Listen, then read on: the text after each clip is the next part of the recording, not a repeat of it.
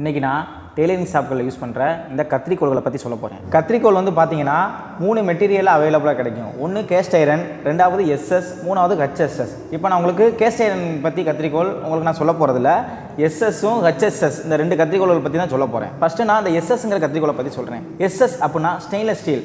இந்த துணி வெட்டுற இடம் மட்டும் ஸ்டெயின்லெஸ் ஸ்டீலாக வரும், கைப்பிடி பிளாஸ்டிக்கில் வரும். இந்த கத்திரிக்கோளை கீழே போட்டிங்கன்னா இந்த இடம் உடையாது, பிளாஸ்டிக் மட்டும் தான் உடையும். நீங்கள் பெகினர்ஸ் இல்லை இப்போ தான் நான் இன்ஸ்டியூட் போய் கற்றுக்கிறேன் அப்படின்னா இந்த கத்திரிக்கோள் தான் யூஸ் பண்ணணும். இந்த எஸ்எஸ் கத்திரிக்கோளை பொறுத்த வரைக்கும் மேக்ஸிமம் ஷார்ப்னஸ் போக வாய்ப்பு இல்லை. அப்படியே போச்சுன்னா நீங்கள் சாணம் வச்சுக்கலாம்.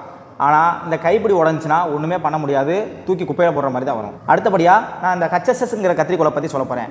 ஹெச்எஸ்எஸ் அப்படின்னா ஹை ஸ்பீட் ஸ்டீல். ஒரு இரும்பு மெட்டீரியலில் ட்ரில் போடும்போது அந்த ட்ரில் பிட்டோட மேடு ஹை ஸ்பீட் ஸ்டீல். அதே மாதிரி இந்த கத்திரிக்கோளில் துணி வெட்டுற இடத்தோட மெட்டீரியல் ஹை ஸ்பீட் ஸ்டீல்.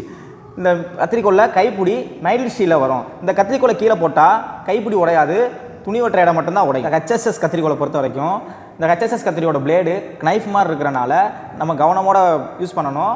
இந்த கத்திரிக்கோளில் ஷார்ப்னஸ் போச்சுன்னா நம்ம சாணம் வச்சுக்கலாம். இந்த கத்திரிக்கோள்களை பொறுத்த வரைக்கும் நீங்கள் தொழிலுக்குன்னு யூஸ் பண்ணிட்டா துணி, நூல் இந்த மாதிரி கிளாத் ஐட்டம் மட்டும்தான் வெட்டணும்.